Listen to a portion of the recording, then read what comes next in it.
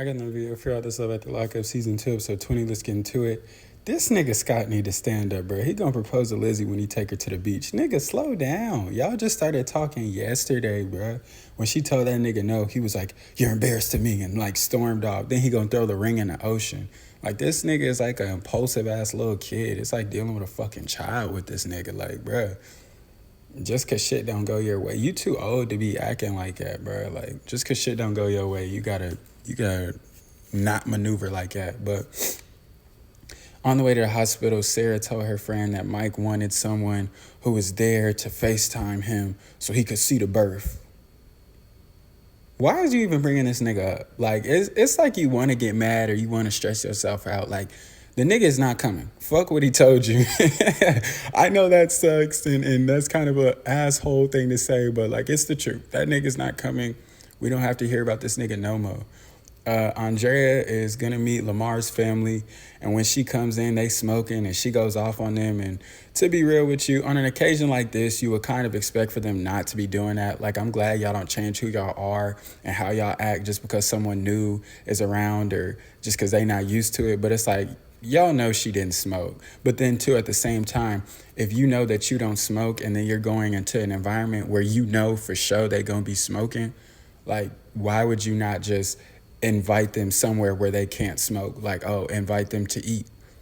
Let's go out to eat. Let's go out to a restaurant. You know what I'm saying? You know what I'm saying? Like, or do an activity to where, or be like, let's go to Top Golf. Even though I think you could smoke at Top. I don't know. I never tried to smoke at Top Golf. I'm not sure. I want to say that you can, and I would hope that you can. Anytime I went to Top Golf, I don't think there was a nigga smoking. Like, I never looked around and like seen niggas smoking at Top Golf. I don't know. But also, anytime I went to Top Golf, it was cold as hell. And, like, that's one thing that, like, I fucking hate to do is smoke in the cold. Like, I feel like you just asking to get a cold because you just, I don't know, inhaling that cold air and shit. Anyway, Clint is in Vegas with Tracy, and this nigga's still thinking about how he was talking to another bitch. Like, nigga, we in Vegas, damn. You will find a way to ruin a good time. You will find a way to have conflict, to have arguments, to have confrontations. Like, you're just gonna find a way to fuck shit up, bro. Nobody cares about that bitch. Why don't you just ghost her and just block her? Like, so since they in Vegas, Tracy is taking pics with his phone, and I think she either looked through it or she just happened to get a message from Clint's side bitch. And then she started tripping out, oh, who is this girl? Who are you sexting? I just wish Clint was forthcoming, but I realized that's mission impossible for him. Nigga should have been like, that's my bitch from when you got locked up. Like, and I mean, shit would have been cool. I mean, like, what can you say? If you're Tracy, can you really be mad? Of course she's going to, because Clint's a bitch ass nigga and he's just gonna apologize. But logically, you know what I'm saying? Like, logistically, can he get mad? Or can she get mad? No, she really can't.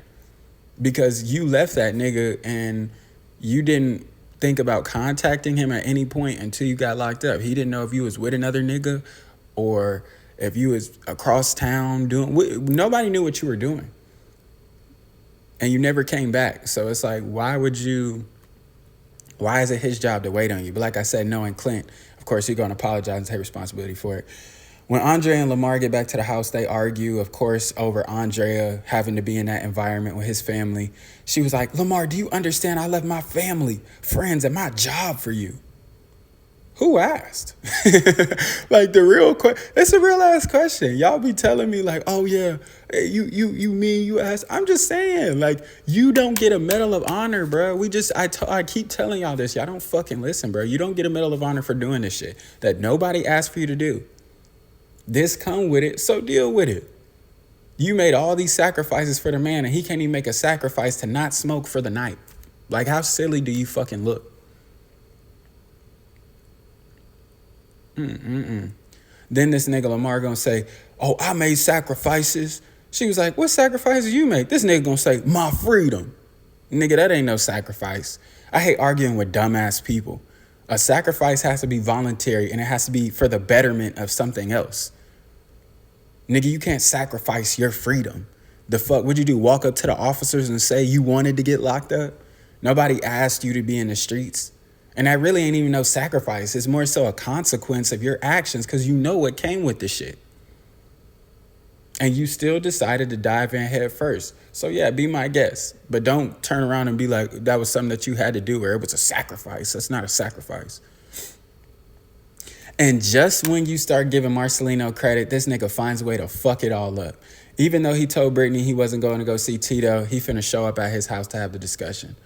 So we're going to see how this goes. But anyway, that's the end of this one. Don't forget to like, subscribe, share, catch your friends on.